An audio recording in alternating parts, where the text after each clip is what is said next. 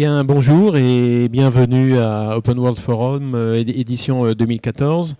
Alors cet après-midi, j'ai le plaisir de recevoir Tristan Nitto, qui est fondateur de Mozilla Europe.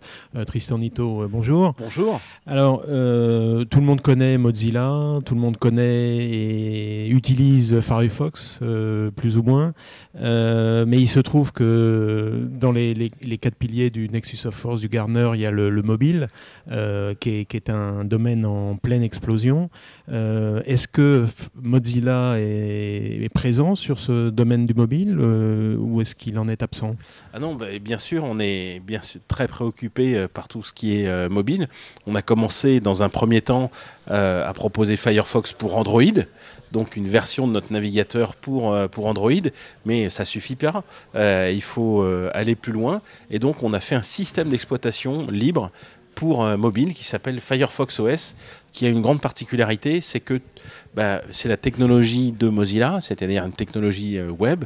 On a mis le cœur de Firefox dans ce téléphone et toutes les applications, au lieu d'être écrites dans des langages avec des API propriétaires façon Android ou façon iOS, c'est écrit avec des API web. Donc une application qui a été écrite pour le web, si elle est responsive, elle va tourner sur Firefox OS. Parce que jusqu'ici, le mobile semblait un peu en dehors du mouvement open source et logiciel libre. Est-ce que pour vous c'était problématique? Est-ce que vous vouliez vous réimpliquer dans ce domaine-là? C'était absolument indispensable d'être présent sur le mobile. Évidemment, tout à l'heure, je donnais une keynote ici et j'ai fait un sondage dans la salle et j'ai demandé qui a un smartphone dans la salle et tout le monde a levé la main, ou presque. S'il y avait des mains qui n'étaient pas levées, je les ai pas vues. Une forêt de mains s'est levée et j'ai dit mais qui avait un smartphone il y a 10 ans, et il y a 3 personnes qui ont levé la main. Et voilà, en 10 ans, le monde a considérablement changé. Et la question, c'est, on a fait du logiciel libre dans le monde du PC, mais le paradigme a complètement changé. Aujourd'hui, le PC est en voie d'obsolescence. Le marché des ventes de PC est en décroissance, alors que le marché du smartphone explose. Et il s'est vendu, déjà en 2012, il s'est vendu plus de smartphones que de PC. Et ça continue de grossir. Donc, si on veut faire du logiciel libre pour les 2 milliards d'internautes qui vont arriver, les nouveaux internautes qui vont arriver dans les 5 ans à venir, si on veut qu'ils bénéficient de solutions libres, il faut être présent sur les smartphones, parce que ces 2 milliards de personnes en 5 ans, ils vont arriver par des smartphones, ils ne vont pas arriver avec du PC. Absolument. Alors, si moi je veux acheter un smartphone avec Firefox OS, comment je fais? Alors, c'est possible depuis peu, depuis le mois d'août, en France. ZTE, qui est un de nos partenaires qui fabrique du matériel. Nous, on fournit le logiciel libre qui tourne dessus. Donc ZTE propose en France un modèle qui fait tourner Firefox OS, qui est en vente par exemple chez Leclerc ou chez LDLC. Vous pouvez donc l'acheter en ligne ou dans votre Leclerc. Mais évidemment, tout est packagé, j'ai rien à faire de particulier. On est sur un marché qui est très grand public, inévitablement. Donc vous avez un smartphone qui coûte 79 € et pour ce prix-là, vous êtes propriétaire du smartphone. Vous n'êtes pas, c'est pas quelque chose pour lequel il faut en plus payer tous les mois. Vous êtes vraiment propriétaire du téléphone, et dessus vous avez Firefox OS qui tourne. Maintenant, il faut être lucide. C'est un téléphone qui est jeune. Ça fait 15 mois qu'on a lancé Firefox OS.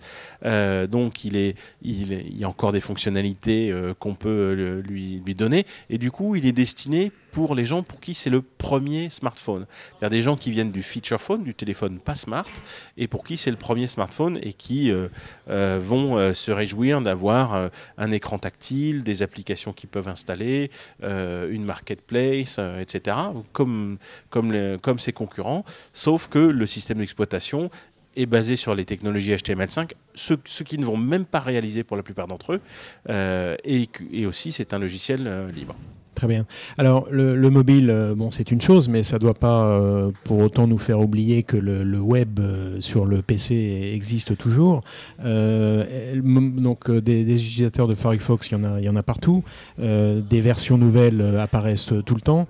Où est-ce que vous en êtes dans le développement de Firefox? Parce que je suppose que même si vous vous intéressez au mobile, vous n'en oubliez pas pour autant le web normal. Notre cœur de métier, historiquement, c'est Firefox Firefox pour l'ordinateur de bureau, pour le Mac, pour Windows et pour GNU Linux. Donc évidemment, on continue à s'améliorer là-dessus. Par exemple, depuis la semaine dernière, on a battu en performance le moteur de JavaScript de Google avec notre propre moteur de JavaScript. On est maintenant plus rapide sur les principaux benchmarks. Donc on continue d'investir plus que jamais. Aujourd'hui, on est en Firefox 32, bientôt 33. On ne cesse de rapporter des nouvelles fonctionnalités, et ce depuis 10 ans, puisque là, dans les jours à venir, on va fêter le 10e anniversaire de Firefox, dont la version 1.0 est sortie le 9 novembre 2004. Très bien. Je reviens au premier sujet sur les mobiles, parce qu'on a parlé des smartphones. Il y a aussi le phénomène des tablettes. Est-ce qu'il y a en préparation, ou peut-être déjà existantes, des tablettes qui fonctionnent avec Firefox OS? Oui, alors en fait, c'est du logiciel libre. C'est-à-dire que le code source est public sur Internet, il est développé de façon collaborative. Donc des industriels peuvent s'emparer du code source et puis l'adapter à des plateformes qui les intéressent.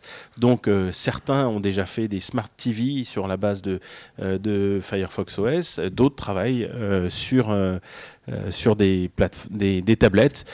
Aujourd'hui, nous, chez Mozilla, ce qui nous préoccupe le plus, c'est le smartphone, parce que c'est pour nous le marché le plus porteur, mais c'est du logiciel libre. C'est-à-dire que le code est libre. Allez-y, servez-vous, et si vous avez une stratégie industrielle qui va avec, vous pouvez le proposer sur des devices pour lesquels Mozilla n'a pas particulièrement travaillé. Donc ça veut dire que vous êtes en discussion permanente avec tous ces grands industriels pour oui, proposer tout à fait.